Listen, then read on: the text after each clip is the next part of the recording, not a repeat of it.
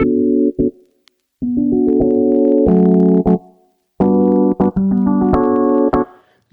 CryptoSapiens, and welcome back to another episode of this special mini-series we're recording with OpenRank, where we're covering OpenRank, Cura, AI agents.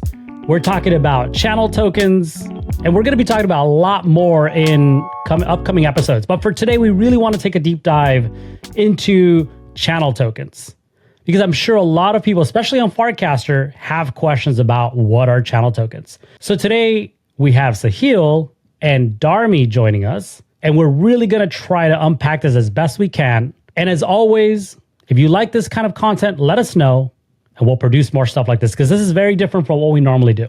So without further ado, let's get started. Sahil, Dharmi, GM, how are you both doing today? Very good. Thank you, Humpty. And we definitely like your content. So please keep on doing more of this. And I'm excited to be back again, chatting about channel tokens with you this time. So yeah, looking forward to the chat. Excellent. All right. Well, let's not dilly-dally too much. Let's talk about channel tokens. Specifically, what are they? Yeah, so I think they're obviously tokens. They're ERC20, contracts which represent your channel. Really, I think the big picture thinking here is each community should have its own social and economic tool, and a token is kind of the simplest atomic unit for that, right? How you want to coordinate with the community day to day. You want to reward them, and a bunch of things which can be done. You want to vote on things together as a community. Token becomes your form factor. So it is an atomic unit for social and economic coordination. That's kind of the big picture of channel tokens. And each community has their own, which means that you don't have to, your token represents your community. The way it's generated, distributed is really defined by your community. And it's plural. Like you could have also, I'm a part of your community today. I want to now fork your community. I can create a new token and fork it. So I think that's kind of what comes with open systems, right? So we're excited about this vision for channel tokens, and really for channels to be communities which are open, which have an on-chain footprint, and which have their own kind of coordination system. So that's kind of the big picture. And in the specific scheme of things, a channel token is something that community members who create positive contribution in the community can earn. A channel token is also someone who likes your community, support your community, can just hold, buy from the market and hold. And channel tokens give you many different ways to express value and contribution towards the community. And we can we'll get into all the nitty gritties of what you can do with channel tokens, but that's kind of the big picture. If there's one take back, it's a tool for social and economic coordination for your channel or your community. And how is that connected or related to Cura and its own evolution that it's undergoing? Here's some background. We have been big believers of autonomous communities on the internet. And I think Farcaster channels give us a chance to actually harness and harbor those, where each community has its own set of rules. The social graph is not, there's no one gatekeeper. It's an open social graph. You can take your community anywhere. You can talk about whatever you want to. Of course, right now we use Broadcast for accessing Farcaster channels, but technically you can build your own client, right? So channels become this form factor for communities to come together and around any shared interest, topic, mission to form. And we thought we want to help channels be successful. So we started working on Cura, and Cura wants to take all the pains away to manage a Farcaster channel, which means how do you grow your channel? Who are the right members? How do you invite them? How do you deal with spam? How do you start really creating the right culture? How do you showcase what is the right content in your channel? How do you reward people for participating with the desired rules and cultures of the channel? So Cura started working on all of these problems for Farcaster channels in the form of a moderator dashboard. We also launched a frame. We launched mini apps for channels where you could see what are the trending costs in that channel, removing the spam, what are the top contributing users in your channel, factoring in the reputation system of that channel, into play, right? Each channel has its own reputation system powered by Cura, which means really it's their own leaderboard. You don't have to agree to a global set of power users who should be casting or engaging in your channel. I think that's the beauty of Cura. And now we realized once you have Cura for your channels, you can actually surface who are the top people and what is the top content. Why not have a token to create an economy around that? Why not distribute tokens to the people who are posting great things for your channel? How can people earn by showing up every day to your channel? Also, as a channel moderator, if there's good content coming out, if so many viewers are viewing that content, how can you actually start monetizing and generating some revenue for your channel, which means minting certain premium subscriptions, minting an NFT today, having access to the top content weekly from your channel, right? Down the line, we also see if people want to have access to posting content, maybe channel tokens can be a means to it. So there's many different ways that a token can actually accelerate using Cura's offering for channels. A token can start creating an economy for a channel. If Cura has helped create a channel management operating system, a token helps add the financial or the economic layer for that channel. So if you need a community management operating system, token becomes that Lego for financial reasons. So that's how at least I see tokens really benefiting from whatever Cura is doing for channels and really taking channels further ahead in creating their own sustainable economy versus trying to figure out how do we sustain this community. No, I think that's spot on, right? With Cura, the main aim has been to improve the lives of moderators to begin with.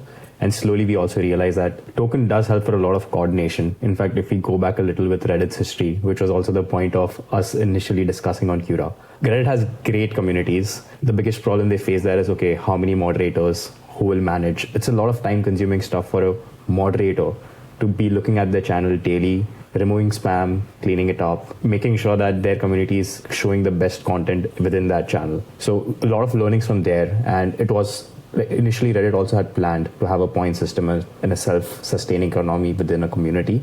For whatever reason, it did not turn out to be. But I think with Cura, we now have an option, especially given we have EOAs available on Farcaster, right? So you can directly reward people. Reputation, again, when it comes to like reputation, it's the layer of intelligence that you build on top of data. Cura has been able to utilize from OpenRank and be able to provide a lot of incentives, right? So it's now not just like, hey, who are the members of your channel? Who are the top members of your channel? It's way more contextual and way more specific. Let's say tomorrow someone wants to go and see that, okay, in the design channel, who have been the top contributors to design, with all the designing content they have been putting, they can now go ahead and do that. Token really helps to not just like define the current ownership of the channel at this point, but speculation does also add a little bit of layer of the direction in which the channel should move forward, right? Economic mechanisms help with like predicting what's the next most probable outcome that is beneficial to the token holders. In this case, it's for communities, right? A lot of discussion earlier on also had been happening with DAOs and DAI CEOs, if you had read Vitalik's article on how should sustainable distribution of tokens to be done. And in fact, various other ways in rewarding real users was the main point. And I think right now we have a real good shot at making it possible with like the reputation scores and the leaderboards that Cura provides. Oh, this is wonderful and quite comprehensive in terms of like understanding both the concept of channel tokens, but also how they relate to Cura. I want to actually work with very tangible examples. So let's talk about CryptoSapiens and Cabal and what happened previously in terms of its own channel token. Talk to me how the modeling happened, right, on the back end in terms of connecting this idea of like leaderboards and activity and participation into the tokens that were issued, and how much of that is in the market, how much of that is in people's hands. And we'll use that to also talk about what's happening on the back end with community wallets in a moment. So let's talk about the modeling of that, and then let's talk about the distribution. Let's talk about the LP and all that stuff for now. Let's say we're in the CryptoSapiens channel, and Humpty, you have a bunch of members who are coming in and posting content related to your mission. You want to support the creator community, and you want to have discussions around how do you grow. So people show up in your channel and they talk about stuff, right? You are moderating the channel right now. You also handpicked maybe a couple of other moderators. The thinking here is you and the other moderators are kind of gatekeepers of the culture and the vibes of the channel. Now, what do you do day to day is you see people posting, you might go and engage with those people and say, hey, this is cool content, or you just recast or you like content. And you get reactions on a social network, you get reactions from everyone who's kind of coming into that channel, right? That kind of starts to build a graph, right? That's a social graph that is being built on Farcaster for your channel. So we have that day in, day out. Now, the first thing that happens is Cura says, I want to now pick up all of this data from the CryptoSapiens channel, which is all the content that is casted, all the reactions received, and I want to make sense of it. I actually want to now see what was the trending content, or who are the people who are actually getting the most quality engagement. Now, this is not, I'm not talking about the people who have received the most number of likes and recasts or replies in my channel. I want to see who are the people who care about the right ethos and who are going to engage with my content. So what we do is we ask OpenRank, Cura asks OpenRank to create a leaderboard for the channel. Cura tells OpenRank, hey, I want you to create a ranking for the channel where Humpty and a couple of other people are moderators. And what OpenRank then does is, you keeping the moderators in mind, it start to read everything that the moderators are doing, whoever the moderator engaged with, whichever content or people they engaged with, what they are further doing. So we run OpenRank scoring on all of the channel data, and we eventually get a reputation score, which is an OpenRank score for people in your channel. The intuition here is if Dharmi and I are in your channel, Humpty, you're the moderator, you engage with Dharmi a lot. You don't engage with me, and Dharmi engages with me a lot. From you to Dharmi to myself, there will be some reputation scores. And then I actually call a bunch of spammers who start engaging with me a lot. Technically, my post can have a lot of engagement reactions, but I will not be ranked high because the tastemakers, the reputation system of the channel doesn't think that my high volume of reactions are quality. So I would not get credited for that. So you building a spam and a Sybil resilient ranking, a leaderboard for each channel, which is based on the moderators and the owners. And these moderators can change anytime.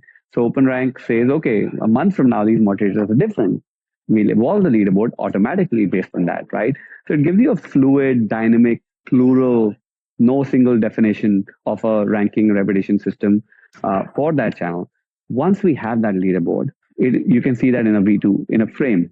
You go to CryptoSapiens channel, you can see the leaderboard, and every day, people in the channel, based on where they are in the leaderboard, start getting OpenRank scores.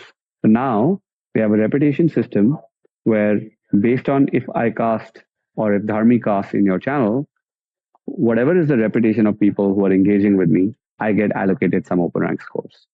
Now we have a channel going with your leaderboard. Weekly, you're earning OpenRank scores. And now we start to fit in the token.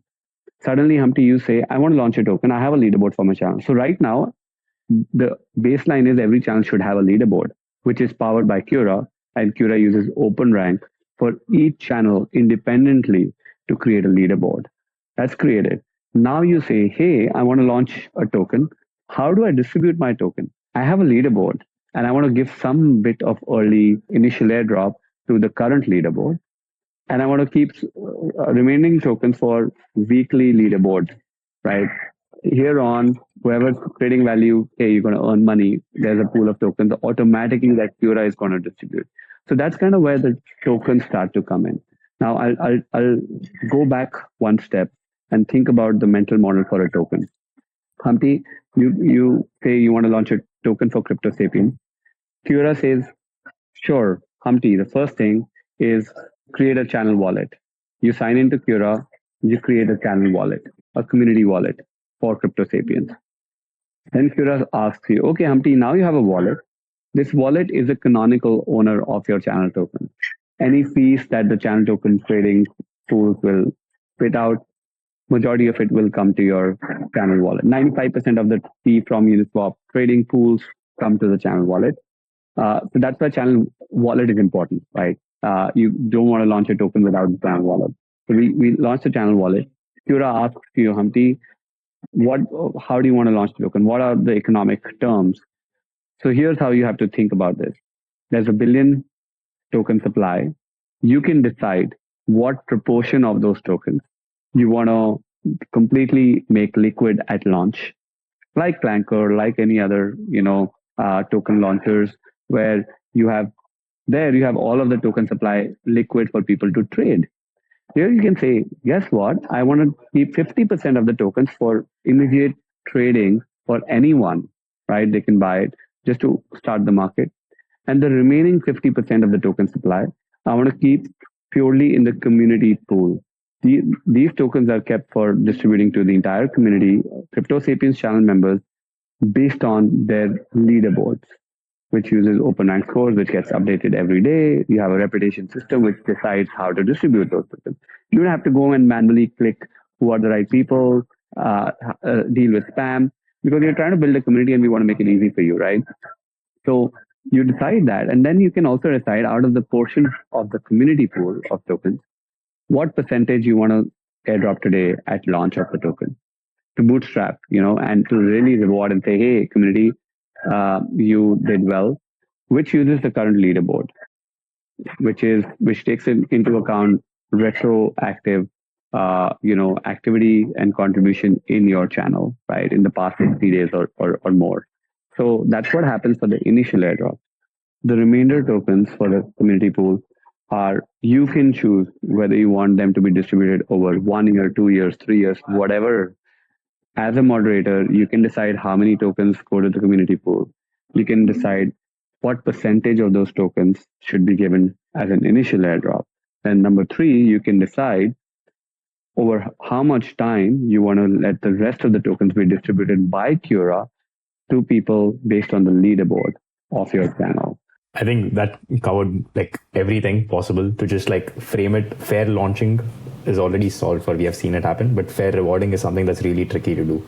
If you base it completely based on quantitative metrics, you for sure going to get Sybil attacked. And we have seen that happen with any token that got launched on Farcaster based on some kind of quantitative metric, right? So then you need fair rewarding, and fair rewarding really needs you to know who the user is and how much followers they have is one part of the story. But who are the quality people engaging with that user? And that quality part of it, which is almost sounds like a very subjective thing, is what OpenRank gets solved in the right way to then be able to see that, hey, these are the quality people who have been engaging with other people, and this is what the graph looks like. And because of their contributions and what the community thinks as the right thing to be doing is why they deserve the rewarding that they are getting. And this reward could be weekly, and we also accumulate this over a lifetime. So for a channel, let's say if CryptoSapiens is going to be running next 1 year, 2 year, you still can look back that, hey, in this 2 years, this one user had been continuously contributing to this channel. That stays with that user forever. Plus, along that 1 year, they also start accumulating tokens based on their weekly contributions. So it's also incentive for them to make sure that they keep coming to the channel, keep making sure they're posting good things, keep making sure that they climb up the leaderboard. So a fair rewarding is what I would emphasize on that. It's very tricky to solve for, but it's finally been solved with a lot of these reputation scores. Just want to say, I love the framing, fair launches and fair rewards, right? And so far, we have obviously gotten fair launches right. We shouldn't stop there. Even after you launch, you actually see people contributing to a community, and how do you reward them? And I think it changes when the mentality, if you're thinking about traders who want to just buy any token, they want it to be fairly like launched and available and see where how the market prices it.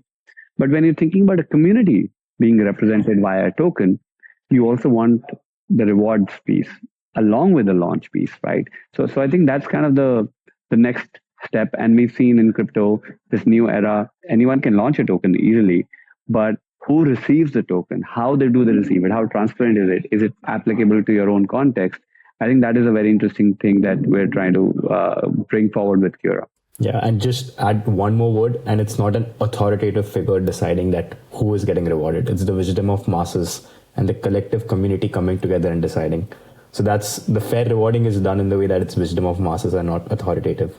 No, I wanted to emphasize earlier something you said that struck me, and that is this algorithmic way of determining, the fair rewarding piece of it. There's a very strong connection to and this was something we covered in the previous episode, to the channel founders and original channel members who have developed that culture over time in what participation looks like and what valuable contributions look like. That then helps to contribute to some of this algorithmic determination also that's happening in the channel. Also interesting to kind of look at, again, call back some of the conversations that we had before, how the global reputation system becomes a lot more focused when it comes to like channel determinations, channel tokens, and distribution of rewards, which I think is really cool. Because honestly, if you look at Farcaster, I think a lot of attention is placed, on how value or reputation is earned across the entire network, but not necessarily, and for me specifically, where it's most important. And it's where those communities are being born and developed, which are channels. And I definitely like and appreciate that OpenRank has taken that, look at how we can grow communities much more meaningfully using channels and then reward them as well. So yeah, this is all really, really great stuff. Definitely want to talk more about some of the things that happen once this channel token is live. So we talked about kind of the modeling of how this is all determined. We talked about the fair launch or distribution of tokens and rewarding. Tell me a little bit about what's happening in the marketplace. I think, Sahil, you were mentioning that a portion of these tokens can be put up in the open market where other people can come in and play in the ecosystem without necessarily having been part of the channel. Tell me what's happening there, because I know that people might be familiar with what was happening on other platforms like Clanker, or they may not. So I want people that are coming in to use Cura and channel tokens to have a clear understanding of what's happening to those tokens and how a community outside your channel can support that as well. Sure, absolutely. So I think, so let's start from the CryptoSapiens token that was launched. You decided that 50% of the token should be made publicly available through a Uniswap pool, and I'll get more into that. And the remainder is Cura distributes that based on the leaderboard. Now, when you decide to launch the public portion of the token, what Cura does is the smart contracts, the Cura smart contract manager creates single-sided liquidity pool on Uniswap, which means it says, hey, these 500 million tokens, Cabal tokens, are now available on Uniswap with an initial price to trade. And anyone can come and start buying these tokens, right, directly from Uniswap. All you need is the contract address of the token. You can go in and whatever amount you want to buy, you start buying that. And slowly it becomes a pool on Uniswap with the token and ETH with on one side. Yeah, that's how, just like any other token, you can come and start to trade. If you already hold tokens, you earn tokens, you can go and add liquidity into that pool so that you can actually build the market for that token. If you're a community member, let's say, if I was the early adopter and I earned some tokens from the initial airdrop, I'm going to go and put some tokens. If I'm a long-term believer in the community, I would go and add liquidity to the pool so that we can support more trading, buying and selling activity of that token. That's pretty straightforward from a user point of view. You can go buy the token, or you can go add liquidity if you already have the token on the Uniswap pool. All of this is happening on Base. And what happens is from the trading that happens in the pool, this token is launched in a 1% fee tier, which means 1% of the total trading volume is earned as fee by the pool creators here, which is Cura, and 95% of that fees is actually distributed back to the channel wallet. So that's kind of where the fees from the token trading on Uniswap it becomes channel revenue or community revenue, and incentives get aligned. I think that is the most amazing part. You have a fairly launched token, a portion of it is public. People who believe in the token, in the cause, in the channel will go and buy the token. If there's more people trading the token, whatever fees is coming back to the channel wallet, which can be distributed back again to people who are contributing to the channel. So you kind of create this economic flywheel with a portion of tokens available on Uniswap pools, a portion of them being earned by people, and you naturally align these incentives. There's two things I want to touch on before we close. One of those you started to talk about it, and I want to go deeper into it, and that is fee revenue coming back into the community wallet. Let's make that clear, right? This is not going into the token creators wallet. This is going to a community wallet. So let's talk about community wallet. Let's talk about fees, revenues going in there. What does that mean? What does the distribution schedule look like for that? Because, what happens what's in the community wallet?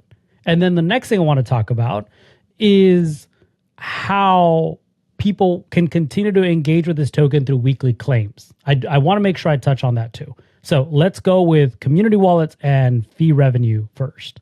Sure. So on the community wallet, if you remember, when you have to create a token, the first step before creating a token is creating the community wallet or the channel wallet. Now, what happens is that as the pool starts to be active, trading is happening, the pool starts to earn fee, that portion is given back to the community wallet. Right now, it's manual. We send it every other day. We will automate it, which means that your community wallet starts to receive the fee in both your token as well as just the same way the pool is set up. You get a portion in ETH and a portion in your channel tokens. Start accruing as we grow. It can happen real time, but right now we're just kind of doing it manually in the early days. And then you have this free accumulation happening in the community wallet, which basically is your community bank account or community wallet, however you want to spend it.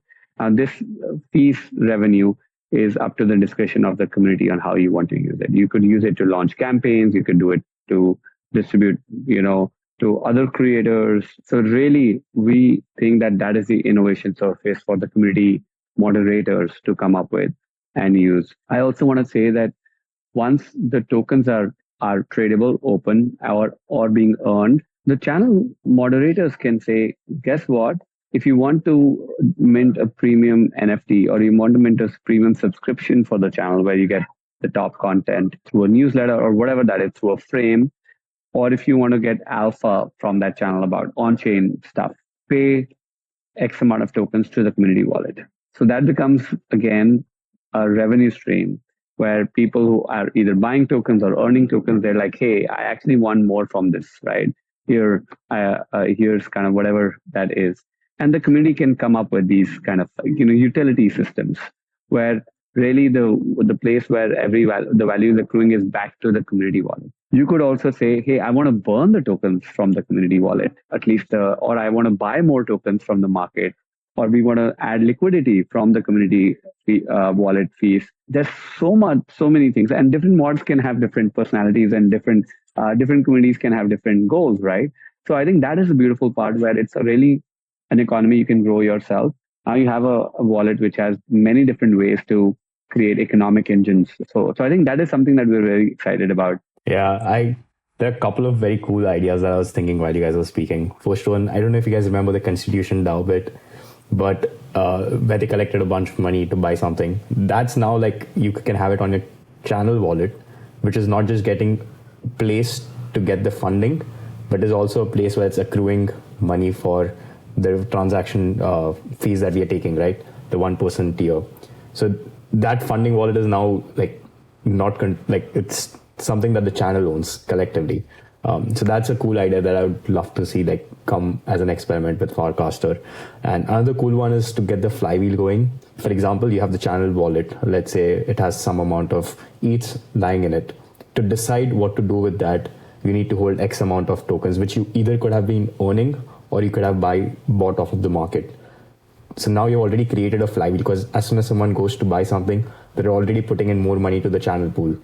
So one, the channel pool is increasing every time there is an activation. Let's say you want to put out a proposal that only people who have more than 10,000 Cabal tokens can participate. People go start buying the 10,000 Cabal tokens, fee starts being accrued, and the channel wallet starts growing. That also helps them decide that, okay, what should we do now with this channel wallet? Love these ideas. And I think a couple of more ideas I want to say. Again, this is so exciting. And I think that's the best part where it just opens new kind of the social and economic coordination through the token is fantastic. Your CryptoSapiens You want to say, hey, I want to do a token swap with degen channel token, or higher tokens, or degen wants to say, I'm going to incentivize the top people here, channel wallet of CryptoSapiens, get some degen, these will be distributed. Or you could say, hey, I want to actually buy out a channel, or I want to buy out something, and you can gather contribution from your community into the channel wallet, and that channel wallet can go and do that.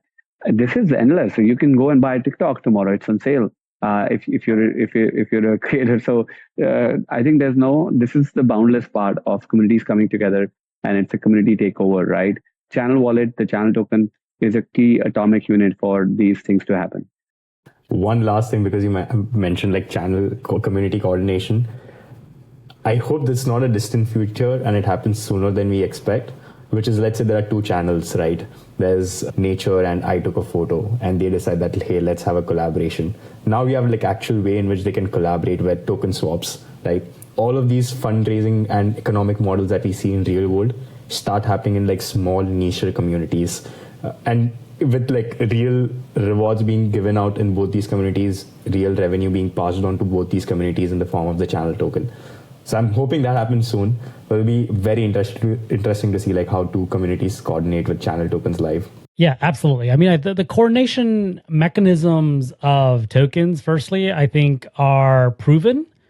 The one area where they haven't and the opportunity is ripe for experimentation is Farcaster. I don't think I've necessarily seen an integrated approach on Farcaster yet. But with channel tokens being so deeply integrated into the culture, I think it makes it that much more exciting. So absolutely agree with you. That's something that at CryptoSapiens we've talked about and we are experimenting. We're in conversations to do. So I don't know what that's going to look like. But if it does happen, that I think will be a novel way of growing communities in a much more unified way on Farcaster, and more so in a much more values aligned way, right? Because CryptoSapiens might not have a lot in common with Nature. So will that make sense? Probably not.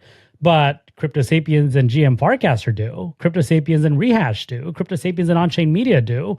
So these are the types of like relationships that I want to see strengthened through channel tokens. And I think I agree with you, Dharmi, that the opportunities are tremendous. So before we close, again, I keep saying this, but I want to talk about weekly claims, because at least for CryptoSapiens, it's coming up. So by the time that this gets published, the likelihood is that we will already have had our first weekly claim closed. Tell me about the mechanisms involved for weekly claims, and let's bring back leaderboards and, kind of weekly points, if you will, and how they relate to the way that people can continue to unlock value through channel tokens. Sure. So I think this is the cool part, because it's actually pretty simple and straightforward. So every Monday morning at 9 a.m. Pacific time, you reset or you start the weekly leaderboard for the channel. Every day, based on people who create content in the channel, and if they've created quality content, they receive some OpenRank scores. Daily, these OpenRank scores accrue into your weekly leaderboard. Very similar to the Warpcast rewards frame and method, right? So for your channel, let's say you start on Monday, by the end of next Monday or Sunday, you would see channel members accruing OpenRank scores into their weekly leaderboard. Now, once the 1 week mark hits Monday morning at 9 a.m., whatever was your weekly leaderboard standing, you would then get an allocation of Cabal tokens, your channel token, proportional to your standing in the leaderboard on Monday morning. You can go to the frame and claim your tokens because you were on the leaderboard for that past week. On the next Monday, you can claim tokens for that prior week. And it's pretty smooth. You can do it on web, on Warpcast, or mobile on Warpcast. And you can claim with your verified address on Farcaster. What happens then? The weekly leaderboard resets, and you start looking forward for the next week of contribution. So week on week, Monday through Monday, weekly leaderboard accrues OpenRank scores. At 9 a.m., you have the claim open where you get credited tokens for your last week's contribution. The weekly leaderboard resets. you can go and claim your prior tokens at any point of time. So the tokens will always, whatever tokens you have earned based on your past contribution, week on week, or over the past few weeks, you can go and claim that at any point of time in the frame. I think if you haven't added the frame, I urge everyone to add it to your Explore page, making sure that you get notifications reminding you a new week is starting, reminding you that, hey, now the claims are live. Go ahead, open the frame, claim your rewards, making sure that 2 days before the claim, you're notified that, hey, it's going to close soon. Do you want to contribute if you haven't contributed enough? And these are just small gamifications that we are trying to do to make sure that moderator has to do the least effort and community knows what is expected of them in a way to like, hey, if you are interested in contributing and earning the token, make sure you contribute to your channel this week. It's okay if you can't this week. You have always the next week. Yeah, I think if you haven't, I just urge everyone to make sure that they add the frame and make sure the notifications are enabled. I want to say that when I grow up, I want to be like Dharmi. I love the way that you think. I think it's really both outside the box, but also, you understand the constraints, but you understand how to keep this fun. So I appreciate you for sharing some of those strategies. I know me personally, I'm constantly listening for how to improve the engagement and how to make this fun for everybody who's playing this game on CryptoSapiens. We've reached the top of the hour. Anything that was unsaid that we should make sure that we cover here before we close? No, I think my message is that more and more channel moderators and owners should start thinking like community entrepreneurs. And Humpty, you are a great start and a great example for that for people. And if you need any help in creating your channel leaderboard and really trying any of these innovative ideas, you can also be like Dharmi and execute and implement these. So excited to help you guys launch more channel leaderboards and channel tokens in the coming days. Thanks so much for spearheading this moment. I love the word community entrepreneurs. So I hope more and more community entrepreneurs see this as an avenue to make sure that it becomes sustainable for them to keep going this and keep running this community forward. With that, we're going to go ahead and end it, letting people know that there are 2 more episodes that we're preparing. One is going to be diving deeper into case studies of these channel token launches. We're also going to be looking at different strategies and their outcomes. And then leading up to the different types of coordination that can be enabled by this, both through governance, cross-community collaboration, as some of it was already discussed today. But we really want to dive deeper and prepare people for success with channel tokens. Stay tuned and want to thank the team at OpenRank and for facilitating all this. Until the next time, see you later, everybody. Thanks so much.